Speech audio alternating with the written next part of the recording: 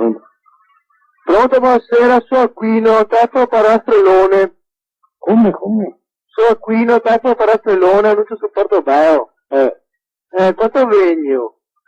Però sei a 100.000 lire. Ecco, Dio, Come? questo carte a mie. Questo Petraioti, insomma. Ma Petraioti? Sì, Petraioti siamo mica. Insomma, chiami come che vuoi. Sì, perché scusa sempre la merda. Vabbè, scusa la merda. Vabbè. Insomma, ma come sei lungo o corto?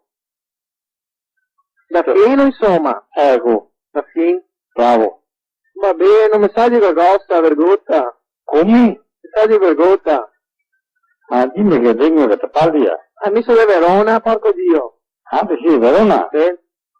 Ma venire fin qua, ti conviene venire fin qua? No, ma adesso sono a Padova perché ho le vacche qua da controllare, sono fatto un giro le vacche. Hai fatto un giro le vacche? Sì. Ma guarda, femmine le vacche? Sì, come tua mamma? Ah, grazie. Insomma, abbiamo molto simpatia stasera. Non so come che ti parli, che sei una canaglia. Vedi, boiasso. Come? Non so neanche a me come devo esprimermi, perché Verona si dice vergogna, vuol dire qualcosa, verguno vuol dire qualcuno, Vabbè, e la figa vuol dire vai figa. dimmi quello che vuoi, vabbè, steso. Vabbè, Comunque, ti sai chi soldi di quelli. Se vuoi venire, ti vieni. questa è mia, ma dove che abita? Meno che abito. Se tocca venire qua oppure se incontriamo... No, ci incontriamo in nessuna parte. Se incontriamo in autostrada? No, nessuna parte ci incontriamo. Meglio me, insomma.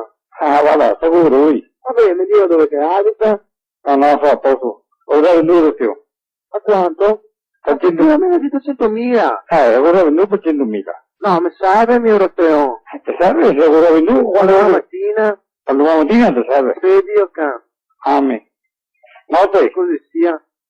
Vedi. Ascolta. Ma come si chiama io?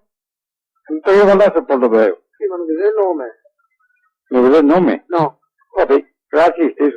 Ma cosa ha paura? No, non ho paura, ero sei un giovane.